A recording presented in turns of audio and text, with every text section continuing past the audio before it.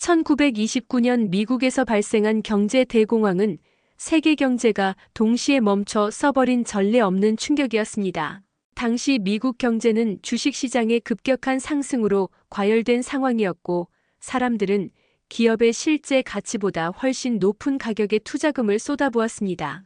이러한 과도한 기대와 투기는 결국 거대한 거품을 만들었고, 파국은 예고된 것이나 다름없었습니다.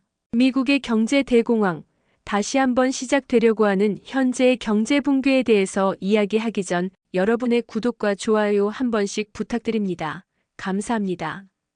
1929년 10월 주식시장은 연이어 폭락했고, 투자자들은 하루아침에 재산을 잃게 되었습니다.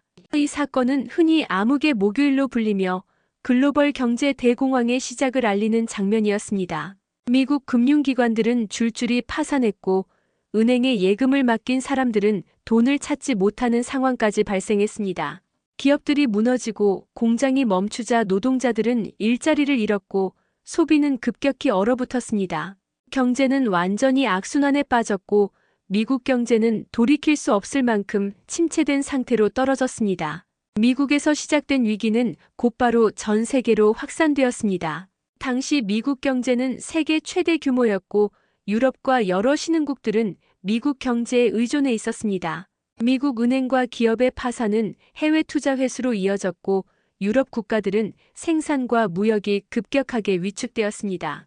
특히 1차 세계대전 이후 회복 중이던 유럽은 다시 무너졌고, 실업률이 폭발적으로 증가했습니다. 각국은 자국 산업을 보호하기 위해 무역 장벽을 높였고, 세계 교역이 급격하게 감소하면서 경제 대공황은 더욱 악화되었습니다. 세계는 경제 시스템 자체가 붕괴되는 경험을 하게 되었습니다. 이러한 혼란 속에서 정부의 역할이 재조명되었고, 미국은 뉴딜 정책을 시행하며 경제 회복을 시도했습니다. 뉴딜 정책은 국가가 직접 경제에 개입해 일자리를 만들고 금융 규제를 강화하며 산업 재건을 지원하는 정책이었습니다. 이 정책은 대공황의 즉각적인 종결을 가져오지는 못했지만, 위축된 경제 심리를 안정시키고 경제 시스템을 다시 세우는 기반이 되었습니다. 대공황은 세계 경제가 하나의 사건으로 얼마나 큰 영향을 받을 수 있는지를 보여준 대표적인 역사적 사례입니다. 과도한 금융 투기, 불균형 성장, 규제 부족이 만나면 어떤 결과를 초래하는지 확실하게 보여주었습니다. 동시에 정부의 역할과 국제 협력의 중요성, 안정적인 금융 시스템의 필요성도 함께 드러났습니다. 오늘날에도 경제 위기가 발생할 때마다 대공황이 언급되는 이유는 세계 경제가 여전히 긴밀히 연결되어 있고 비슷한 구조적 위험이 존재하기 때문입니다. 1929년의 대공황은 단순한 과거 사건이 아니라 지금의 경제 시스템을 이해하는 중요한 기준점으로 남아 있습니다. 1929년 주식시장의 붕괴 이후 미국 경제는 빠르게 얼어붙었고, 실업률은 전례 없는 속도로 증가했습니다. 기업들은 매출이 줄자 비용을 줄이기 위해 노동자를 해고했고, 공장은 운영을 멈추기 시작했습니다. 당시 미국의 실업률은 1930년대 초반에 이르러 전체 노동자의 약 4분의 1을 넘어섰고, 일부 지역에서는 절반 가까운 주민이 일자리를 잃는 심각한 상황까지 나타났습니다.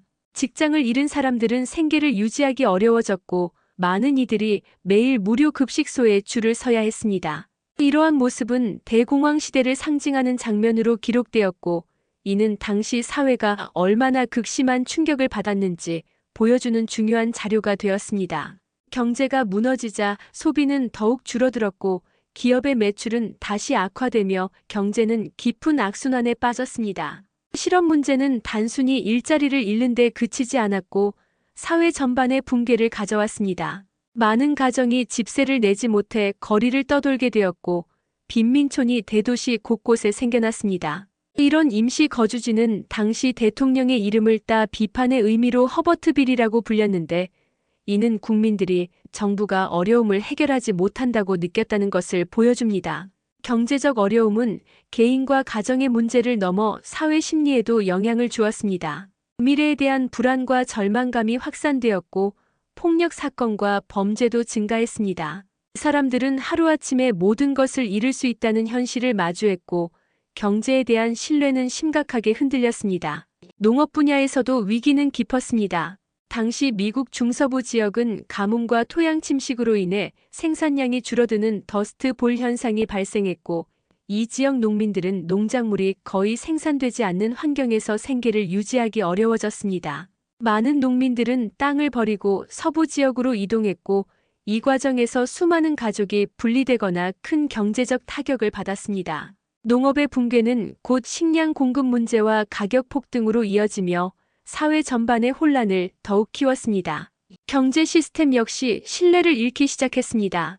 은행이 연속으로 파산하자 사람들은 예금을 지키기 위해 은행으로 몰려갔고, 이른바 뱅크런 현상이 발생했습니다. 예금을 찾으려는 사람들이 몰리면 은행은 이를 감당할 수 없고 결국 실제로 문을 닫게 되는 악순환이 반복되었습니다. 은행이 문을 닫으면 기업과 가게의 자금 흐름은 끊기고 경제는 더욱 더 얼어붙었습니다. 당시 미국에서 수천 개의 금융기관이 문을 닫으며 금융 시스템 전체가 붕괴 위기에 놓였습니다. 정부가 초기 대응에 실패하면서 국민 불만은 커졌고 미국 정부는 점차 정책 전환의 필요성을 인식하게 되었습니다. 대공황은 단순한 경제 위기를 넘어 사회 전체의 구조와 국가 정책을 바꿔놓은 사건이었습니다. 당시 미국은 경제를 어떻게 안정시켜야 하는지, 금융 시스템을 어떻게 다시 세워야 하는지, 국민 삶을 지키기 위해 국가가 무엇을 해야 하는지에 대한 질문에 직면했습니다. 이러한 고민은 이후 뉴딜 정책으로 이어지며 미국 역사에서 중요한 전환점이 되었습니다. 경제 대공황은 경제가 무너지면 사회 전체가 얼마나 빨리 불안정해질 수 있는지 보여주는 대표적인 사례였습니다. 사람들의 삶, 국가 경제, 사회 구조 모두가 동시에 타격을 받았고, 이 사건은 이후 경제 정책이 만들어지는 과정에서 중요한 교훈으로 남았습니다. 경제 대공황이 장기화되자 미국 정부는 기존 방식으로는 위기를 해결할 수 없다는 사실을 깨달았습니다. 당시 미국 국민들은 정부가 적극적으로 경제를 안정시키고 일자리를 만들어주기를 기대했지만 초기 대응은 미흡했고 오히려 불만이 커졌습니다. 이 상황에서 1932년 프랭클린 루스벨트가 대통령으로 선출되면서 미국은 대공황의 흐름을 바꿀 중요한 정책을 추진하게 됩니다. 루스벨트가 내세운 뉴딜 정책은 정부가 직접 경제에 개입해 일자리를 창출하고 금융 시스템을 재정비하며 산업 기반을 다시 세우는 대규모 경제 회복 프로그램이었습니다.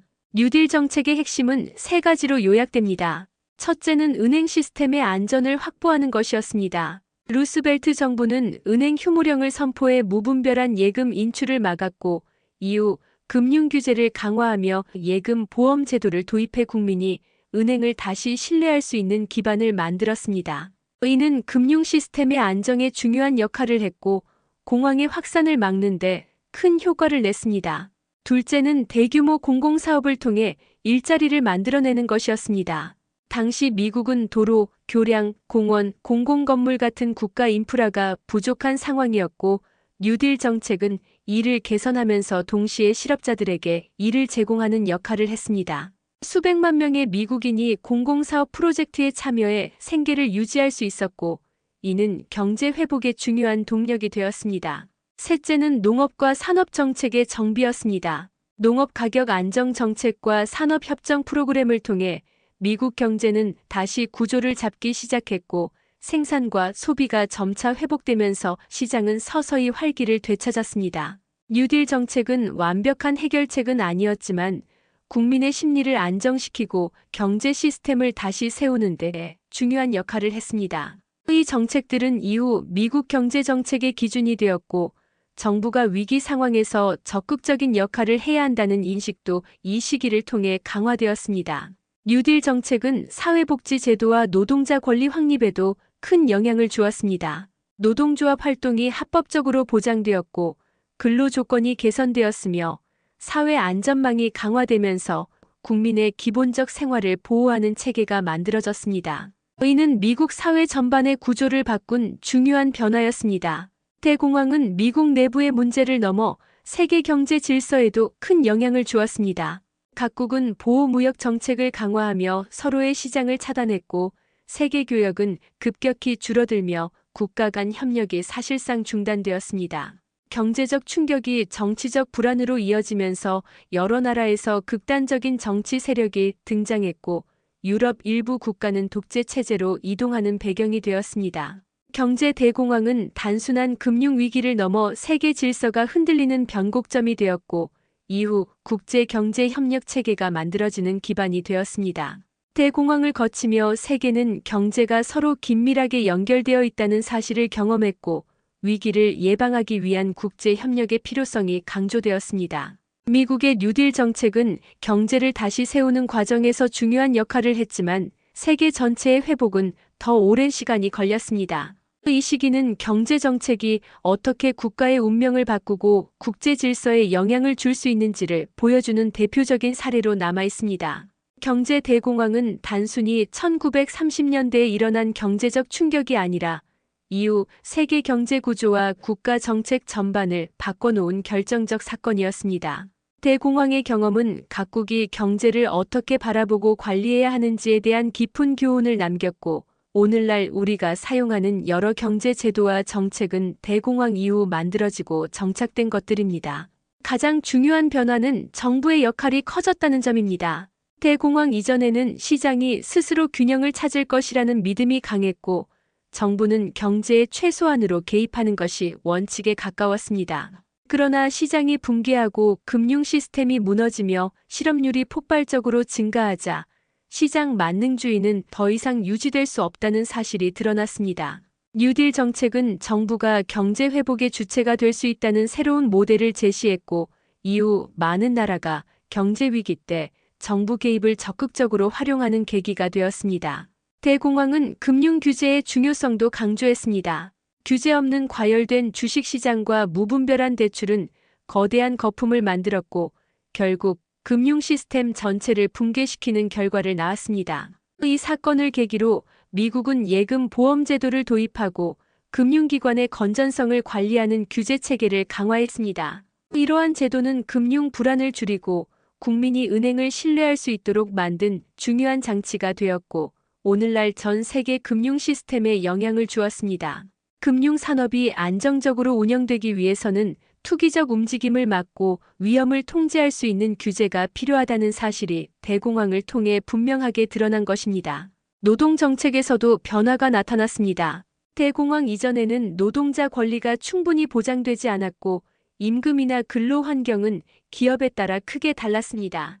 그러나 대공황은 노동자 보호의 필요성을 드러내며 노동시간 제한, 최저임금 제도, 노동조합의 법적 지위 등 중요한 제도가 본격적으로 자리 잡는 계기가 되었습니다. 이러한 법과 제도는 사회적 안전망의 기초가 되었고 경제 위기 속에서도 국민의 기본 생활을 지키기 위한 장치로 작동했습니다. 국제 경제 질서도 대공황 이후 크게 바뀌었습니다.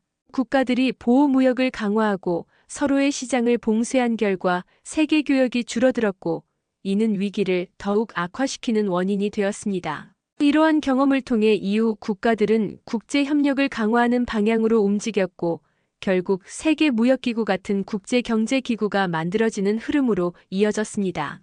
경제가 연결된 시대에는 각국의 협력이 중요하다는 인식이 대공황을 계기로 강화된 것입니다. 또한 대공황은 경제 예측의 어려움과 위험 분산의 필요성을 강조했습니다.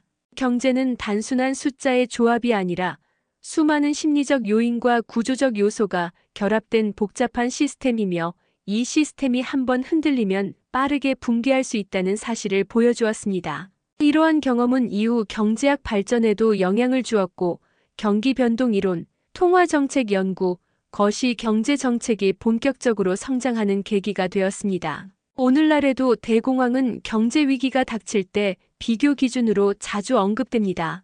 금융위기나 경기 침체가 발생할 때마다 전문가들은 대공황과의 유사점을 분석하며 대응 방안을 찾습니다.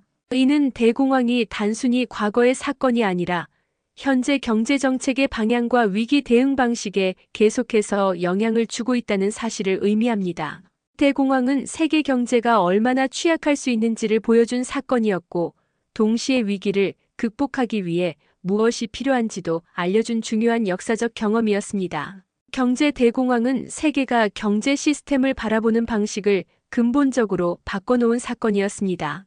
단순히 1930년대에만 머무른 일이 아니라 지금의 세계 경제 구조와 정책에도 깊은 영향을 남겼고 오늘날 발생하는 경제 위기들을 이해하는 데 중요한 기준이 되었습니다. 대공황의 가장 큰 교훈은 금융 시스템의 안정이 경제 전체를 지키는 핵심이라는 점입니다. 당시 미국에서는 규제 없는 금융 관행과 과도한 투기 열풍이 거대한 거품을 만들었고 거품이 무너지자 은행과 기업이 연쇄적으로 파산했습니다. 이를 계기로 여러 나라들은 금융 규제를 강화했고 은행이 무너져 국민의 예금이 사라지지 않도록 보호 장치를 마련했습니다.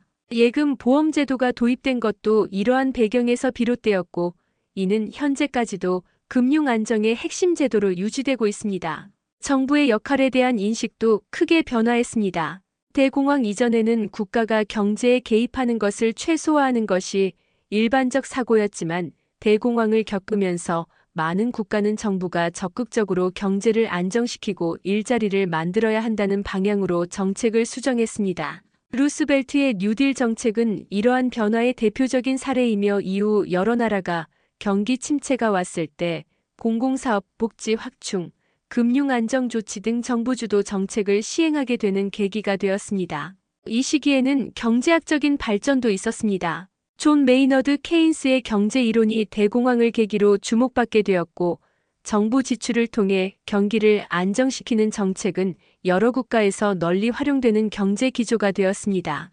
케인스 이론은 이후 수십 년 동안 경제 정책의 중심이 되었고 오늘날 경기 침체 시 정부의 재정 정책이 논의되는 것도 대공황의 영향에서 비롯된 것입니다. 국제 경제 협력이 강화된 것도 중요한 변화입니다. 대공황 시기 각국이 보호 무역 정책을 강화하면서 세계 교역이 사실상 마비되었고 이는 위기를 더욱 악화시키는 결과를 만들었습니다. 이러한 경험 때문에 이후 국가들은 무역 장벽을 낮추고 글로벌 협력을 확대하는 방향으로 움직였습니다. 2차 세계대전 이후 국제통화기금과 세계은행이 설립된 것도 대공황의 충격을 반복하지 않기 위한 조치였습니다. 세계는 서로 연결되어 있기 때문에 한 국가의 위기가 다른 나라로 빠르게 확산될 수 있다는 사실을 깨달았고 국제협력의 중요성이 더욱 강조되었습니다. 대공황은 노동정책과 사회복지 제도를 발전시키는 계기도 되었습니다. 당시 실업률이 높아지고 많은 가정이 생계를 잃는 상황이 벌어지면서 국가가 국민 생활을 보호하는 제도가 필요하다는 인식이 확산되었습니다. 이후 여러 나라에서 실업보험, 연금제도, 사회보장 프로그램이 도입되었고 노동자의 권리를 보호하기 위한 정책들이 자리 잡기 시작했습니다. 이러한 변화는 오늘날 사회 안전망의 토대가 되었습니다. 또한 대공황은 경제 데이터를 분석하고 경기 변동을 예측하는 방법을 발전시키는 계기가 되었습니다. 당시까지는 경제 통계가 충분하지 않아 위기의 규모와 문제점을 정확히 파악하기 어려웠지만 대공황 이후 경제 연구와 통계 시스템이 정비되면서 정부와 기업은 더 나은 의사결정을 할 수 있게 되었습니다. 이는 경제 정책의 수준을 한 단계 높이는 결과로 이어졌습니다. 결국 경제 대공황은 세계 경제와 사회 제도의 근간을 다시 만들었던 사건입니다. 금융 규제, 정부 개입, 사회복지제도, 국제협력, 경제연구 등 현대 경제 시스템 대부분이 대공황 이후 재정립된 것입니다. 이 사건은 경제 위기가 단순한 숫자의 문제가 아니라 국민 삶과 국가의 안정, 나아가 세계 질서에 영향을 미친다는 사실을 다시 한번 보여주는 의미 있는 역사적 전환점으로 남았습니다. 경제 대공황은 1930년대에 끝난 사건처럼 보이지만 그 영향은 지금까지도 이어지고 있습니다. 세계는 대공황을 통해 경제 위기가 단순히 금융시장의 붕괴로 끝나지 않으며 사회구조, 국제 정치, 국민의 생활까지 동시에 무너뜨릴 수 있다는 사실을 경험했습니다. 그리고 오랜 시간이 흘렀음에도 불구하고 세계는 여전히 비슷한 위험 앞에 서 있습니다. 경제는 반복적으로 불안과 호황을 겪고 있으며 예기치 못한 금융 충격과 국제 갈등, 기술 변화는 언제든 경제를 흔들 수 있는 위험 요인으로 남아 있습니다. 이러한 점에서 대공황은 과거의 사건이 아니라 지금도 계속되는 경고라고 할 수 있습니다. 오늘날 세계 경제는 1929년과는 다른 모습으로 연결되어 있습니다. 글로벌 금융시장은 실시간으로 움직이고 기술의 발전으로 자본은 국가 간을 빠르게 이동하며 국가 경제는 서로 깊이 얽혀 있습니다. 경제가 발전한 만큼 위기의 파급력도 훨씬 커졌습니다. 대공황 시기 미국에서 시작된 위기가 몇 달 뒤 유럽으로 확산되었다면 지금은 몇 시간 만에 세계 시장을 흔들 수 있습니다. 국제사회가 경제협력 구조를 만들고 위기 대응 체계를 강화한 것도 이러한 이유 때문입니다. 그렇다고 세계가 위기에서 완전히 자유로운 것은 아닙니다. 과거와 마찬가지로 과도한 투기, 금융 규제의 빈틈, 국가 간의 갈등은 언제든 새로운 위기를 일으킬 수 있습니다. 2008년 글로벌 금융 위기나 최근 여러 나라에서 나타나는 자산 버블, 인플레이션 압력 등은 대공황과 유사한 구조적 위험을 다시 떠올리게 합니다. 경제적 불안은 정치적 불안으로 이어지고 사회적 갈등으로 확대될 수 있으며 이는 다시 경제의 불안을 강화하는 악순환을 만들 수 있습니다. 대공황의 경험은 이러한 위기 상황에서 정부의 역할이 얼마나 중요한지를 보여준 대표적인 사례입니다. 경제 대공황 이후 많은 나라가 금융 안정장치를 만들어 위기를 예방하려 노력해왔지만 완벽한 안전망은 없습니다. 경제는 사람들의 심리와 기대에도 크게 영향을 받기 때문에 공포가 확산되면 실제 상황보다 더 큰 위기가 발생할 수 있습니다. 대공황 당시에도 공포가 은행을 무너뜨렸고 소비를 줄이며 경제 전체를 얼어붙게 만들었습니다. 오늘날에는 정보가 빠르게 퍼지는 만큼 불확실성이 커졌을 때 경제가 받는 충격도 크게 나타날 수 있습니다. 그럼에도 대공황이 남긴 가장 중요한 유산은 위기 속에서도 새로운 길이 있다는 사실입니다. 뉴딜 정책은 당시 경제를 완전히 회복시키지는 못했지만 사회복지 제도와 금융 시스템을 만드는 기반이 되었고 이후 세계 경제가 다시 성장할 수 있는 구조를 만들었습니다. 경제 위기는 다시는 오지 않아야 하지만 만약 온다면 어떻게 대응해야 하는지, 무엇을 지켜야 하는지에 대한 지혜를 남겼습니다. 이제 세계는 과거보다 훨씬 많은 도구를 가지고 있습니다. 중앙은행의 통화정책, 정부의 재정정책, 국제기구의 협력 시스템은 대공황 당시에는 존재하지 않았던 대응 수단입니다. 하지만 이러한 제도와 도구가 있다고 해서 절대적인 안전이 보장되는 것은 아니며 대공황은 경제 안정에 대한 긴장과 준비가 항상 필요하다는 사실을 상기시켜 줍니다. 위기는 불시에 찾아오고 경제는 서로 연결되어 있기 때문에 국가와 국제사회는 계속해서 위험을 관리하고 대비해야 합니다. 경제 대공황은 세상을 뒤흔든 거대한 사건이었지만 동시에 현대 경제의 기초를 만들었습니다. 금융 규제, 사회복지 제도, 국제경제 협력, 위기 대응 체계 등 지금 우리가 당연하게 사용하는 시스템들은 모두 대공황이 남긴 교훈에서 출발했습니다. 이 사건은 과거의 비극일 뿐 아니라 미래를 준비하게 하는 경고이며 지금도 여전히 영향을 주는 중요한 지점입니다. 대공황을 이해한다는 것은 단지 역사를 아는 것이 아니라 현대 경제가 어떻게 움직이고 왜 위기를 겪는지를 이해하는 핵심입니다.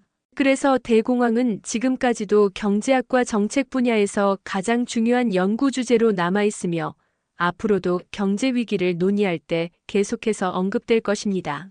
경제 대공황은 다시 오지 않기를 바라는 사건이지만 동시에 그로부터 배운 교훈은 결코 사라지지 않을 것입니다. 세계는 그때보다 강해졌지만 불안정성도 함께 커졌습니다. 결국 중요한 것은 위기를 막기 위한 경계와 준비 그리고 서로 연결된 세계에서 협력이 필요하다는 사실입니다. 이 거대한 사건은 우리가 경제를 어떻게 바라보고 어떤 방향으로 나아가야 하는지를 일깨워주는 영원한 기준으로 남아 있습니다.